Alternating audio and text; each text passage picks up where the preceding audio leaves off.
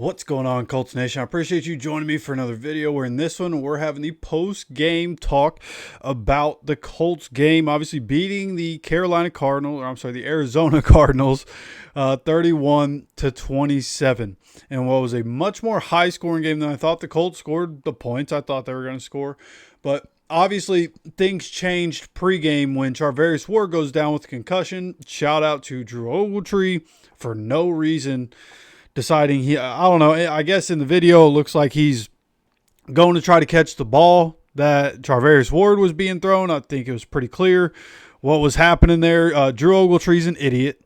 Bro has 2 brain cells. Bro shouldn't be on the team anymore. Be interesting to see what happens there. Absolutely cannot knock your cornerback one. He's been locked down all year. They end up without Marvin Harrison Jr., and part of the game due to a concussion. Unfortunately, these guys getting concussions. But this is now Charvarius Ward's second concussion of this season. He had one the opening week against the Dolphins and had to miss week 2. We get him back. He's been shut down for us. You absolutely cannot do that. Okay, Drew Ogletree's an idiot. I'm not afraid to say it. We're about the same size. Not afraid to say it. It is what it is. He's stupid, and he shouldn't be on team anymore. Just let's throw that out there. Let Will Mallory start getting reps. Put him in the game plan, Drew Ogletree. If we're going to treat A.D. Mitchell like he's a child because he made a couple mistakes a couple weeks ago, then they need to do the same thing, Drew Ogletree. If he's still on the team, he's inactive. I don't care. He's inactive. You're useless. You need to stay off the field. Don't come around any of our players if you're going to get your own guys hurt right before the game. Goodbye. Right? So Charvarius Ward being out changed the game. Right? Now, Jacoby Brissett being the quarterback changed the game as well. Right? Him being the quarterback instead of Kyler Murray, there are different things you had to worry about. He's a pocket passer. He can move, but he's a pocket passer. Right? Kyler Murray, with him, it was the threat of him running.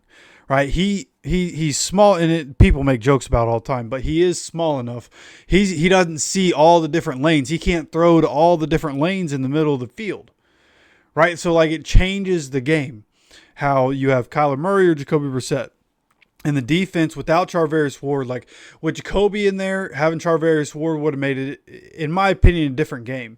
Charvarius Ward would have been better. They picked on Jonathan Edwards. And here on this channel, I've mentioned putting Jonathan Edwards on the field and trying to get him some reps. That didn't go the way I thought it would today.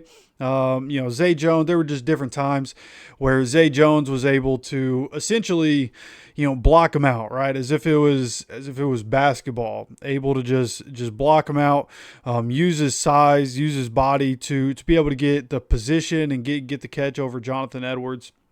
There were also times where he had good coverage. He was tight in coverage.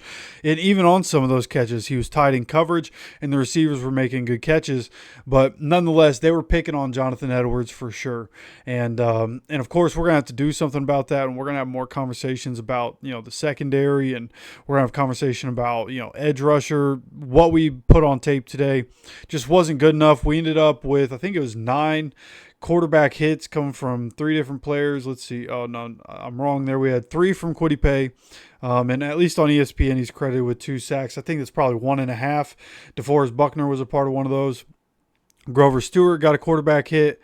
Then you have DeForest Buckner with 3. Latu has 3. So 10, 11, 12 quarterback hits as a team. And then obviously end up with 2 sacks in this game. So and he dropped back 44 times, right? So, and there were a couple, people are going to talk about Latu. Latu had a chance at a couple, obviously 3 quarterback hits. He had a chance at a couple where they, one of them got dirted. He got there quick, and Jacoby Brissett had his running back in the vicinity or tight end, one of the two, and they were close enough in the vicinity where he ends up just dirting it, and Latu doesn't get credit for a sack, unfortunately. But I thought Latu had a good a good game for a portion of it, but there were also portions of it where he just wasn't noticeable. Especially down the stretch, there were different times where Jacoby had way too much time in the pocket, and there was a couple where we didn't even get close. He had like 3-4 seconds. We didn't even get close. So we got to be better. We got to find an answer there. For sure. And again, we'll talk about that going forward. But being able to pull out the W is huge, right? You end up Daniel Jones, 22 for 30, 212, 2 touchdowns, an interception. The interception was 100%. Just a bad decision. If he lofts it more to get it over the linebacker there, then it's an easy completion. Mo Alley-Cox had some distance. He had nobody really around him right there. He could have lofted it and it'd still get there. And so that was a mistake by Daniel Jones, who hasn't made a whole lot of mistakes. And it wasn't perfect for Daniel Jones, right? Again, 22 for 30. He had a couple of misses. He had the interception. But for the most part, I thought it was a pretty good game from Daniel Jones. Just not perfect. Still 101 rating for whatever that's worth. Jonathan Taylor, I thought it took too long to get him involved.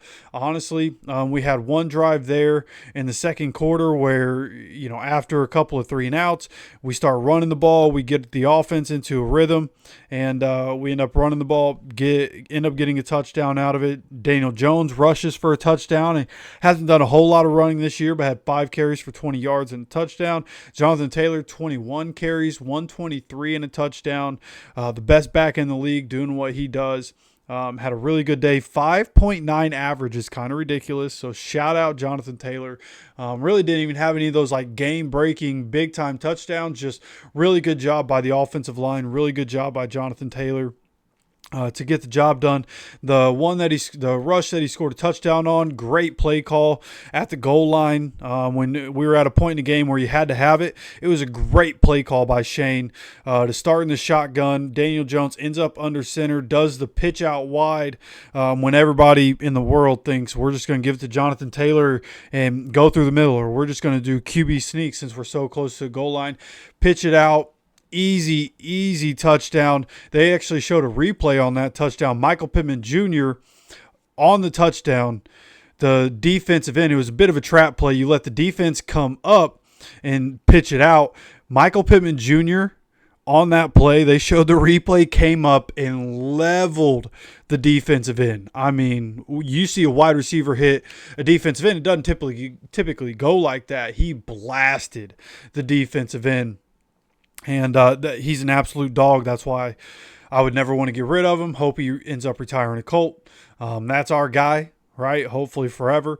And absolute dog. You end up with Tyler Warren leading the team in receptions, yards, and targets. 6 receptions on 9 targets for 63 yards. He also had another touchdown today. So that's 3 straight weeks with a touchdown for Tyler Warren. Alec Pierce, first game back. He ends up with 4 targets, 2 catches, 48 yards.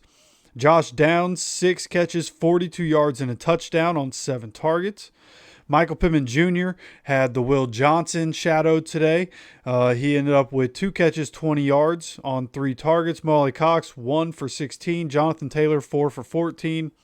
And Amir Abdullah, 1 for 9.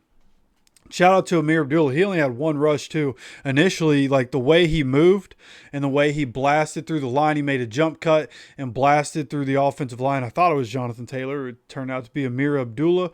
1 carry for 7 yards. Then when you look, obviously defensively, not a great game, and that is what it is. Shout out to us being able to fight through and get a W. And we'll have a video here in just a little bit, very shortly, about Anthony Richardson. There was more news that came out about his injury and what exactly happened. So we'll look at that here in a little while. But Jacoby Brissett in his return to Indianapolis, second time we've played him since he left here. First time in Indianapolis, 27 for 44, 322 touchdowns, an interception. Very crucial interception by Mekhi Blackman. Right after Daniel Jones threw his, Mekhi Blackman 2 plays later gets an interception of Jacoby Brissett. And then against the run, we actually did pretty good. In the game, it really didn't feel like it, honestly, but 24 carries, 88 yards, 3.7 average. Right, for this defense and the way this defense is operated, that's good. They made the adjustments. They started playing Neville Gallimore on the defensive line with DeForest Buckner and Grover Stewart to make sure we were able to stop the run. Now, that obviously We gave up more in the pass game through that and because of that. But nonetheless, we did a good job against the run. Gave up the one rushing touchdown, obviously. But good job in the run game today. It was really the pass game that was a problem, where out of the 27 receptions, they averaged 11.9 yards in those 27 receptions, 27 team receptions for 320. Trey McBride is always an issue. He's one of the best tight ends in the league. He had 11 targets today. Again, he threw the ball 44 times, Jacoby did. So 11 targets for Trey McBride, getting 25% of the target share, 8 catches for 72 and a touchdown. He was hard to stop all day. Zay Jones, who at different points in his career has had different good games. Somebody that if you play fantasy football, you know that name. But he ended up having a good game, 5 for 79, most of that against Jonathan Edwards. Michael Wilson left the game for a part of it, but had 4 catches for 44 yards. If you see me looking up here, the Titans are playing the Raiders right now, just checking in on how that's going. Titans about to lose. Jaguars lost, which is great news. Again, Marvin Harrison in his return to Indiana, unfortunately, gets knocked out with a concussion. He had 2 catches for 32 yards, including the 21-yard catch that he got the concussion on. He wasn't happy about it, And this is where I think, like, I understand the league is trying to protect players from themselves and that whole bit, but it's too intrusive. Honestly, what the NFL does with concussions is too intrusive, and that's just my opinion. Even somebody I get migraines seemingly because of the concussions that I got playing football when I was younger. I can remember back to when I was 10 years old. I remember one I got when I was 12 years old in practice. That made me really sick, and that was really the day that the migraine started. It hurt so bad I got physically, like, actually sick from it, and deal with it since then. Got a concussion. The last time I ever played football was actually out of practice. Went head to head as a freshman with the senior varsity running back. Ended up with a concussion, and back then we didn't really deal with concussions like that. I just got rocked, and that was the last time I ever played football. And honestly, thank God. Wish it wouldn't have gone down that way, but nonetheless, we end up in a situation where Marvin Harrison Jr. can't finish the game, but Colts come out with the win, 31-27. We're now 5-1. Jaguars lose to the Seahawks, who once again went on the road. Luckily, we play the Seahawks at home. Seahawks, much different team at home and on the road, but they're way better on the road than at home for some reason. Not really sure how that works out. But we play Seattle in Seattle later this year. And right now we sit still in the number 1 spot in the AFC. Nobody can knock us off of that because we won. We sit alone with 1 loss in the AFC South. So, creating a little distance, which is good. I don't believe Houston plays this week, so don't have to worry about them. But the other 2 teams that are playing, seemingly going to lose. Looks like the Titans are on their way to losing here, and we also had the Jaguars lose. So wasn't perfect today by any means, but we ended up getting the job done, which is good, right? You saw the Rams game where you have a tough day in a lot of ways. You cost yourself points, and you end up losing the game. In a game where things weren't perfect, we made some mistakes here and there, but at the end of the day, when it came time for the fourth quarter, we outscored Arizona 14-3 in the fourth quarter. And Arizona, this is a theme for Arizona. They are now was at minus 36 in the fourth quarter this year, which is still worse than the NFL. And but we took advantage, did exactly what we needed to do to be able to win the game, even when we let them down the field on the last drive. We end up being able to close it out. Jonathan Taylor in the offense, when Arizona still had 3 timeouts, they go get a first down.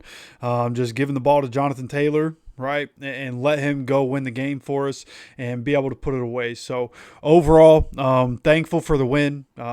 Colts stay on top of the AFC, which is great news. And again, it wasn't perfect, but we got the job done. You're going to have games like that. When you get to the playoffs, you're going to have games where it's not going to go perfectly, right? Playoff teams are playoff teams. It's going to be tough. So being able to gut out a win like this, especially against a defense that coming into the game was giving up the least amount of points in the NFC, and I believe giving up the 6th least amount of points in the NFL, which goes to speak to the defenses in the AFC, honestly, because, again, the Cardinals came into this game leading the NFC in points allowed in terms of 19.2 points. We put up 31 against a good defense, so feel good about us from that aspect. Offense continues to roll even when it's not perfect.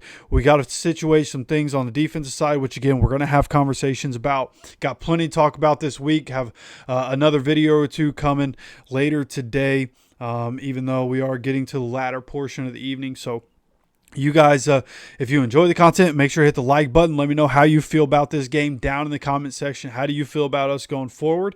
Of course, if you make sure you're subscribed with notifications on so you get notified anytime we do drop any content.